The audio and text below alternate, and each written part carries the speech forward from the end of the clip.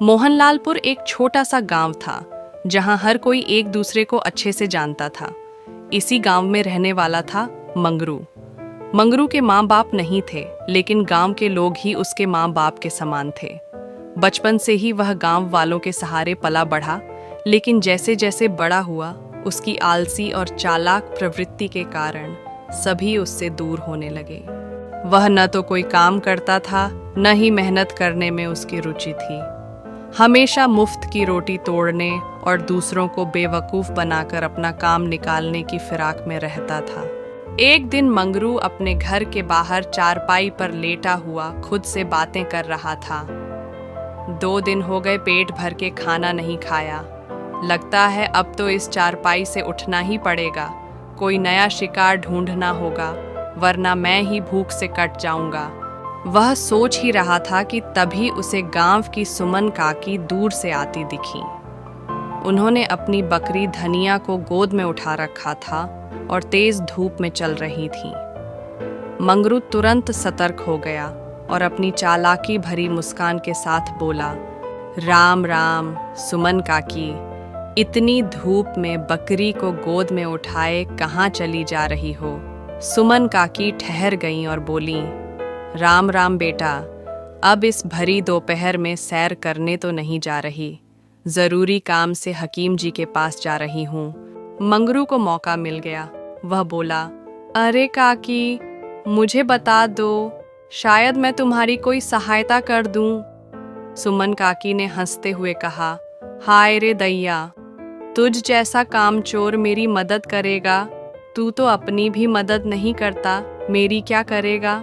राम राम सुमन काकी, इतनी धूप में बकरी को गोद में उठाए कहाँ चली जा रही हो? सुमन काकी ठहर गईं और बोली, राम राम बेटा, अब इस भरी दोपहर में सैर करने तो नहीं जा रही। ज़रूरी काम से हकीम जी के पास जा रही हूँ। वह सोच ही रहा था कि तभी उसे गांव की सुमन काकी दूर से आती दिखी। उन्होंने अपनी बकरी धनिया को गोद में उठा रखा था और तेज धूप में चल रही थी। मंगरू तुरंत सतर्क हो गया और अपनी चालाकी भरी मुस्कान के साथ मंगरू ने अपनी बात आगे बढ़ाई। अरे काकी, ऐसा क्यों कह रही हो? मैं तुम्हारे लिए हमेशा खड़ा हूँ। बताओ, क्या समस्या है? सुमन काकी ने गहरी सांस ली और कहा, बेटा, मेरी बकरी धनिया की तबीयत ठीक नहीं है। 2 दिनों से कुछ नहीं खा रही। अब तो खड़े होने की भी ताकत नहीं रही।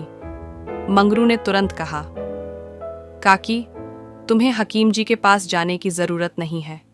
इसकी बीमारी का इलाज तो मेरे पास ही मिल जाएगा। मैंने कुछ समय हकीम जी के साथ काम किया है और मुझे दवाइयों का अच्छा ज्ञान है। सुमन काकी ने संदेह से पूछा, क्या सच में तुम्हें मेरी बकरी की बीमारी का इलाज पता है?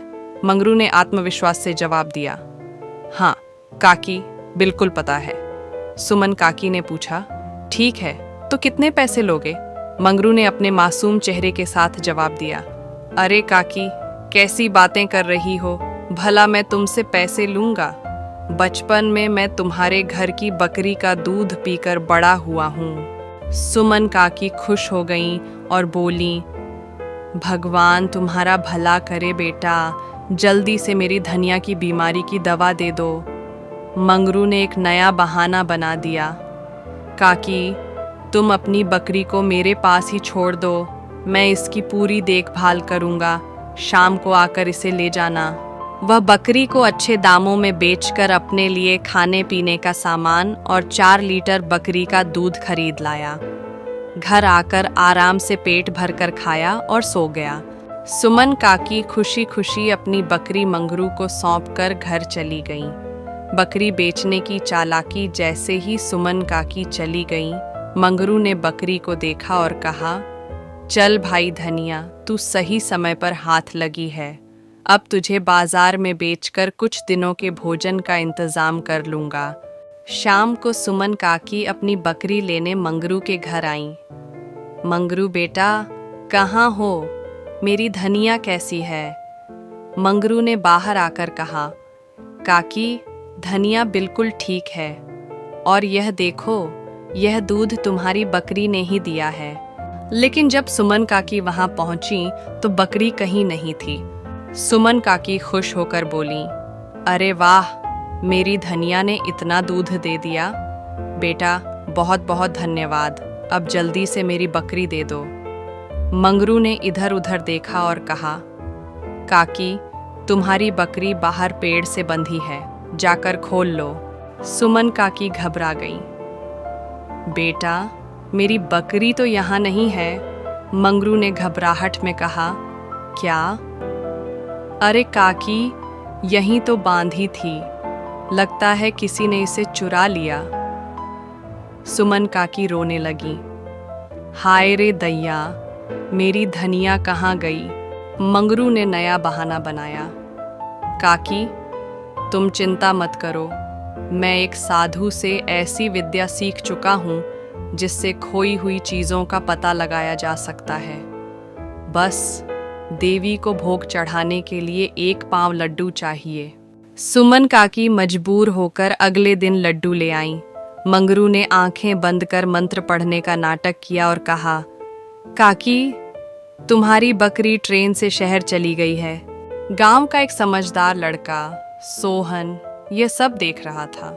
उसने सुमन काकी को समझाया और मंगरू की पोल खोलने का फैसला किया। सुमन काकी परेशान हो गईं। फिर मंगरू ने कहा, काकी, मैं तुम्हारी बकरी को वापस लाऊंगा, लेकिन उसमें खर्चा आएगा।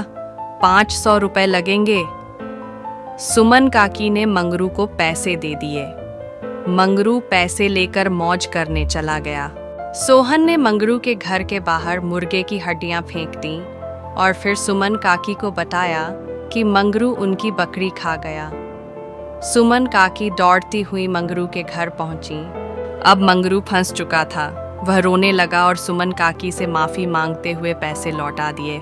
मंगरू ने घबरा कर कहा, नहीं काकी, मैंने धनिया को नहीं खाया। सोहन ने कहा, अगर झूठ बोल रहे हो तो पंचायत में चलो।